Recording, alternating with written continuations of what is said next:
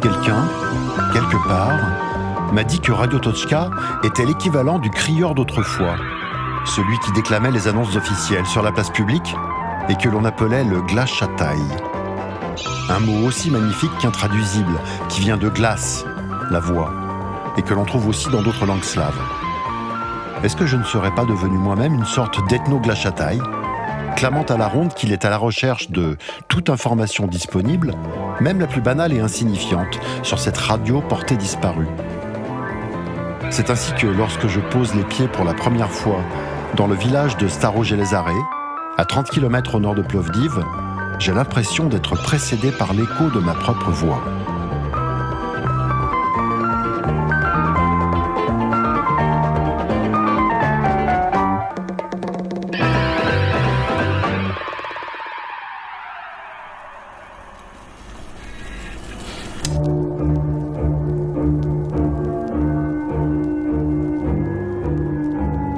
À la poursuite de Radio Toczka, épisode 5.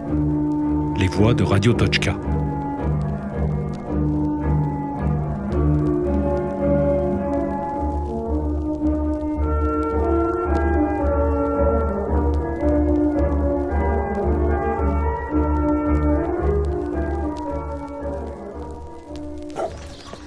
Staro-Jelezare, 28 mai 2022, 14h.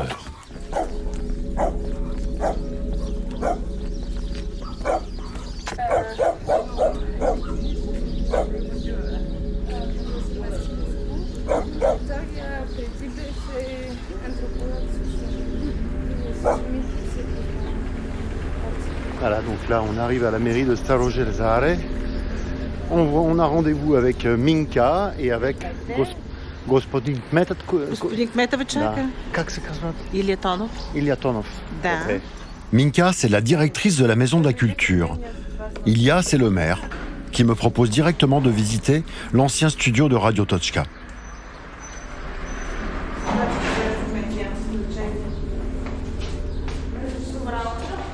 Здравствуйте. Добър ден вече. Вие сега ставате ли? Не. Къде е да дойдем? Мен тук, ама не това го използваме като склад, така малко... Donc il y avait la Radio Toczka ici. Oui, ça marchait, mais maintenant. Et comment on travaille avec ça, je n'ai aucune idée. Представа нямам. Значи това беше в почтата преди? Да. Oui, c'était à la poste, puis on l'a déplacé à la mairie. Тук е този микрофон, по него се правеха съобщения, които се отнасят за... C'est le microphone où on faisait les annonces du village, les choses du quotidien, par exemple le versement des retraites. Ежедневието на хората, различни съобщения за получаването на пенсии. Donc là voilà, on est dans une pièce, un débarras de la mairie de Staro-Jelezare, et on voit le radio Vezel, c'est-à-dire tous les équipements de diffusion. Il y a une platine, une petite, ce qui ressemble à une petite table de mixage. Il y a un ampli, il doit y avoir une sorte d'autoradio là, voilà, qui est encastré dans la platine. Il doit y avoir un ampli avec un vumètre avec les décibels. Donc on voit différents boutons de contrôle. C'est marqué Staro-Jelezare. Donc ça veut dire que c'est l'appareil qui appartient au village. Et puis là, ce que l'on voit, c'est un tableau électrique. Il y a un micro aussi au-dessus de l'ampli. Si vous voulez, on peut essayer d'allumer.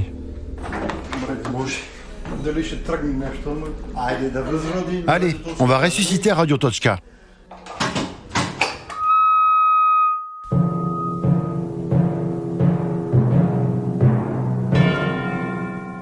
Нашето предаване на местния радио Възел започва.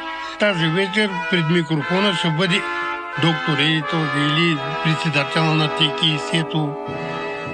Ние българите.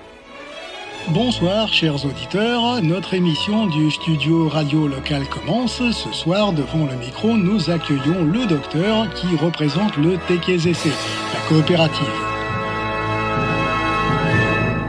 Идват хората и ги слушат. Là, c'est Velio Isaev, le dernier à avoir parlé dans ce micro.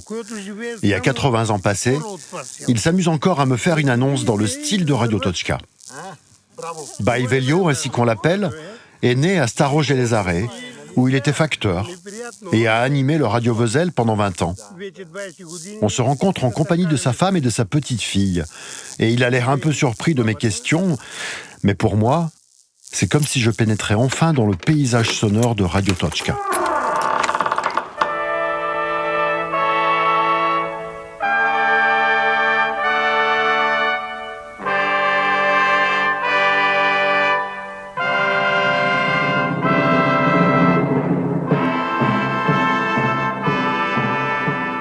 Отечеството, образи и събития.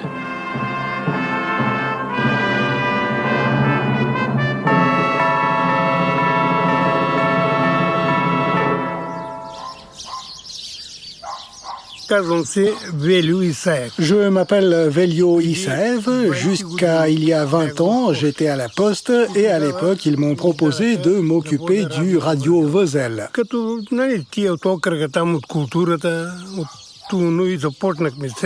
Avec les représentants de la culture, on a commencé des réunions, des discussions et il a fallu se présenter à un concours. Ils m'ont envoyé un programme, j'ai réuni les éléments, je les ai envoyés et il se trouve que j'étais le meilleur.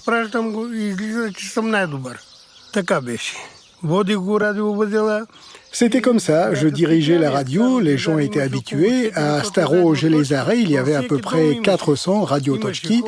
Il y en avait dans chaque maison. Il y avait des gens, maintenant il n'y en a plus, il y avait 1200 habitants.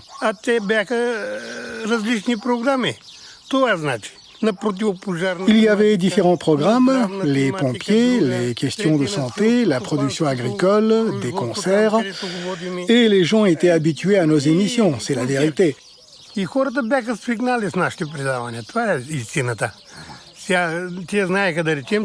savaient que le mercredi, le médecin va parler, par exemple. Ils attendaient le mercredi à 7h du soir que l'émission débute. Ou alors le samedi, il y avait un concert pour la coopérative et on nous amenait une liste et pour telle brigade, tel groupe, on passait une chanson le soir, un tel salue un tel, etc.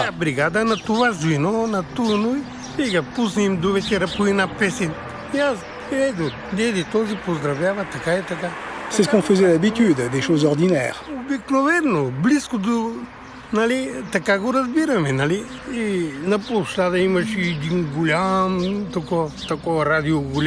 Sur la place, il y avait une grosse radio. Et les gens s'asseyaient sur un banc et écoutaient. Allez, on va voir de quoi ils vont parler. Allez, c'est quoi les nouvelles? C'était bien.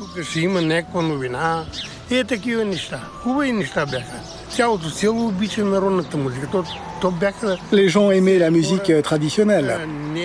Tout le village aimait ça, pas comme en ville à Hisar ou Plovdiv. Ils étaient habitués à la musique populaire, rien d'autre ne les intéressait.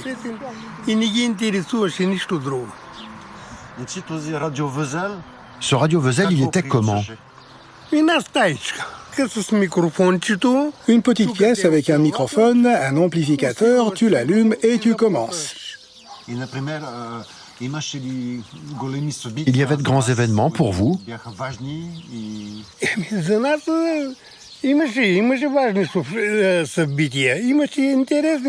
Il y avait des choses importantes pour nous. Par exemple, pour la Saint-Trifon, la fête des viticulteurs, Trifon Zarezan, il y avait toujours des Cubains, on avait des liens.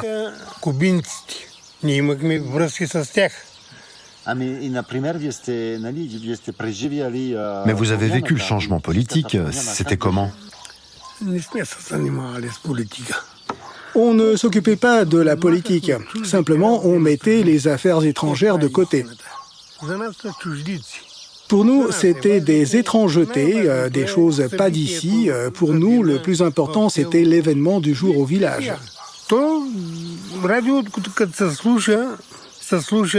Vous voyez, la radio, c'était écouté par beaucoup de gens, certains avec de l'éducation, d'autres avec juste un niveau élémentaire, ou même pas. Nous, on est comme ça.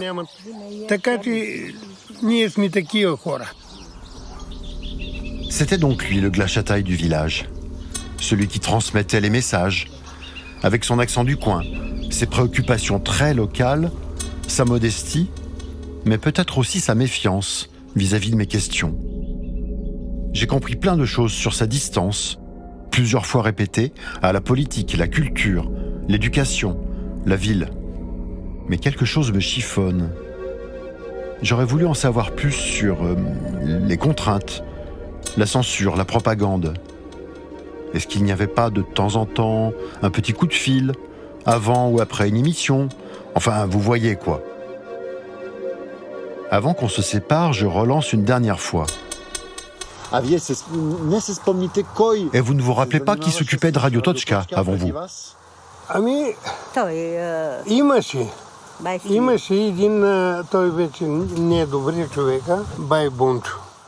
Et là, il me dit que dans les années 60, il y avait un certain Bai Boncho qui faisait de très bonnes émissions.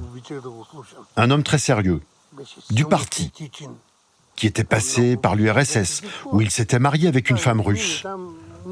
Autant dire que sur Radio Toczka, il ne se privait pas de rappeler aux villageois leurs responsabilités dans l'édification du socialisme, ni d'accuser les coopérateurs d'arriver en retard ou de dormir au travail. Bref, ce Bai Boncho, c'était un fervent communiste, un critique au sens de l'époque. Et puis les temps ont changé, et comme conclut Velio, nous, on n'était plus doux. Il n'y avait plus de sens à faire ça.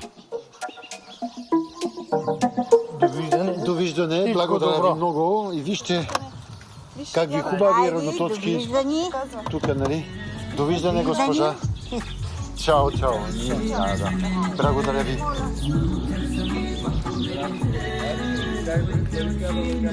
Oula, à 18h30. J'ai juste le temps de faire un saut à l'épicerie pour acheter quelques kebabchés. Ce soir, c'est moi qui fais le barbecue dans le jardin de l'hôtel. Et on a invité les mamies du village. Les babys, quoi.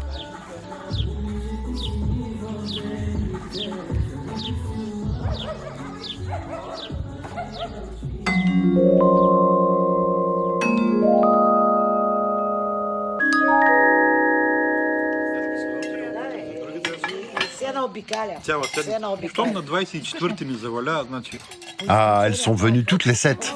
Et en costume folklorique, s'il vous plaît. Au programme, grillade, salade, rakia, bien sûr, blagues, chansons.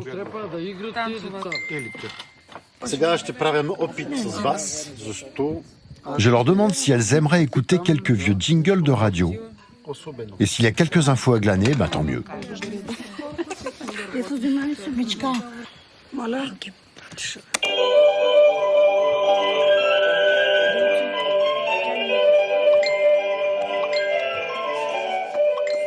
Драги слушатели, утренната гимнастика започва. Пригответе се в удобно облекло за изпълняване на упражненията и за първото упражнение застанете в основен стояж. Застанете с вкопчани ръце пред бедрата.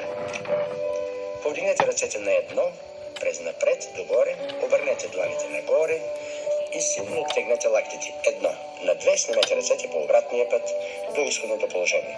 Готови? Почнете. Vous vous rappelez de ça?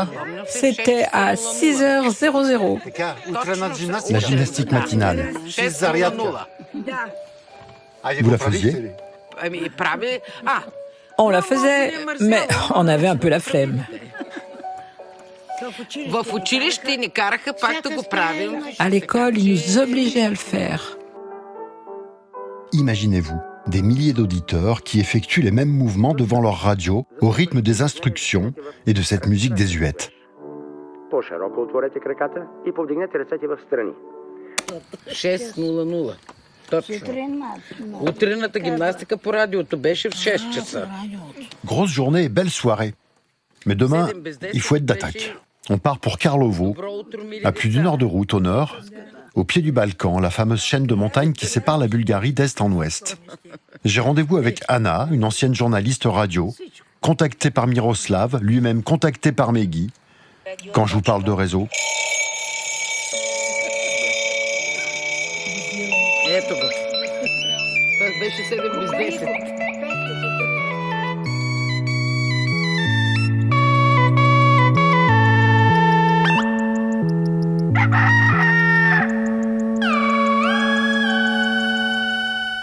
Karlovo, le lendemain. Ало, готова ли си? Хайде, слизай, чакаме те. Voilà, donc nous avons rendez-vous avec Anna dans le Čitalište de Vasilevski de Karlovo et nous continuons notre enquête sur Radio Točka.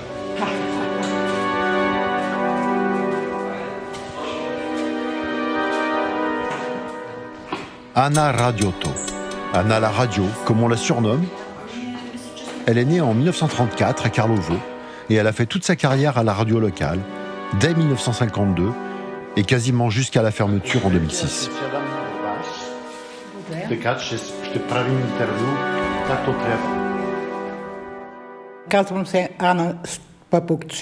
Je m'appelle Anna Papukcheva et j'ai travaillé 47 ans dans le Radio Vesel local, notre petite radio de Karlovo.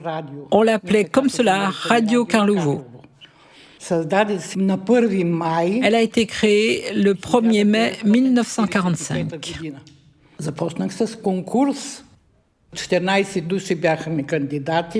J'ai commencé avec un concours. 14 personnes étaient candidates. On en a sélectionné 7. On nous a donné un thème à travailler. Moi, j'étais très bonne en littérature à l'école et au lycée. Et on est resté seulement 2 à la fin. Et l'étape suivante, c'était de parler au micro. Et j'ai gagné avec ma diction claire.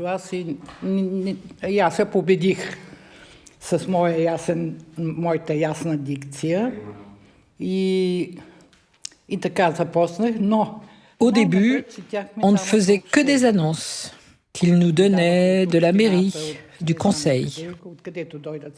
Après, on nous a dit qu'il fallait qu'on ait un programme. Mais je ne savais pas. Je n'avais pas de formation et j'ai commencé par lire des articles de journal et même les slogans. Vive le 1er mai, vive le 9 septembre, vive le Parti communiste. Et je les lisais.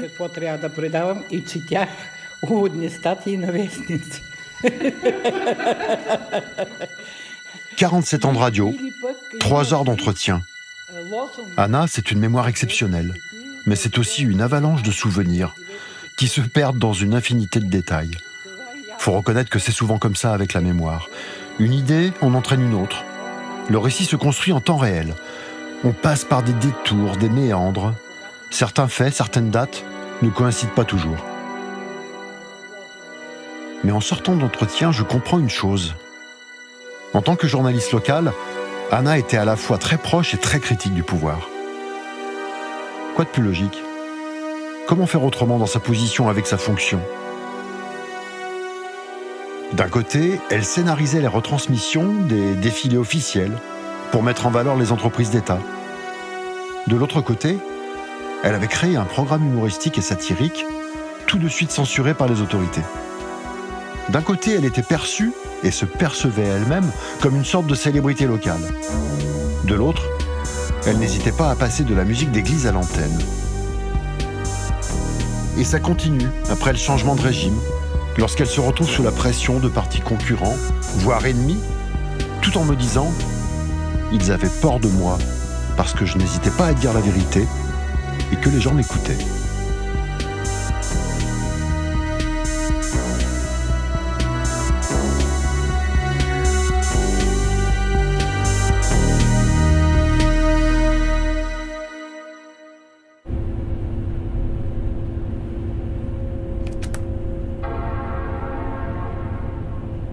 En écoutant Bai Velio et Anna Radioto, je comprends que cette petite boîte en plastique qu'on appelle Radio Točka est bien plus qu'un objet anodin posé sur une étagère.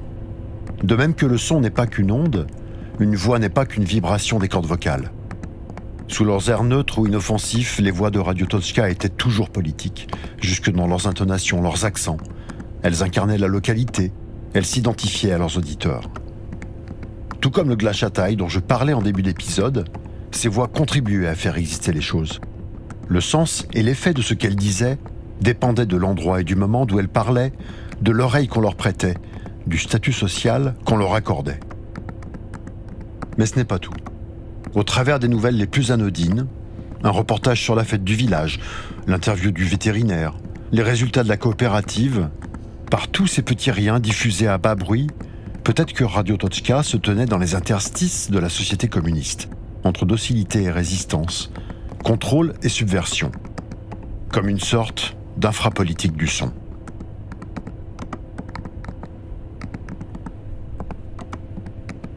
C'était À la poursuite de Radio Toczka, un feuilleton ethno-radiophonique signé par Olivier Givre, recherche, écriture, prise de son, traduction, voix, et Raphaël Cordray, réalisation, prise de son, montage, mixage, musique et voix.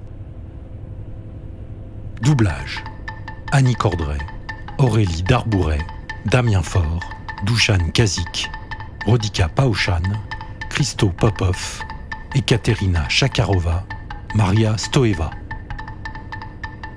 Une création réalisée avec le soutien de l'Université Lumière Lyon 2, direction Sciences et Sociétés, Recherche et Études doctorales, le programme de soutien aux sciences partagées du CNRS Sciences humaines et sociales, l'École française d'Athènes, l'UMR EVS CNRS 5600.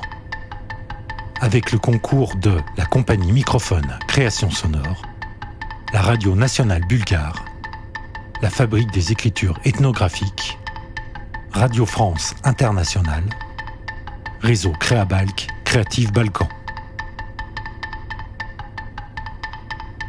Les auteurs remercient toutes les personnes rencontrées lors de cette enquête et celles qui ont soutenu cette aventure, et plus particulièrement Meglena Slatkova, Marina Choliak, Zdravko Gorgiev, Svilen Kostadinov, Krasimira Krastanova, Velizar Isaev, Claire Mandon, Zairi Milenkov, Rumiana Nikolova, Anton Orouch, Anna Papucheva, Maya Pelovska, Boris Petrik, Antoaneta Radoslavova Doicheva.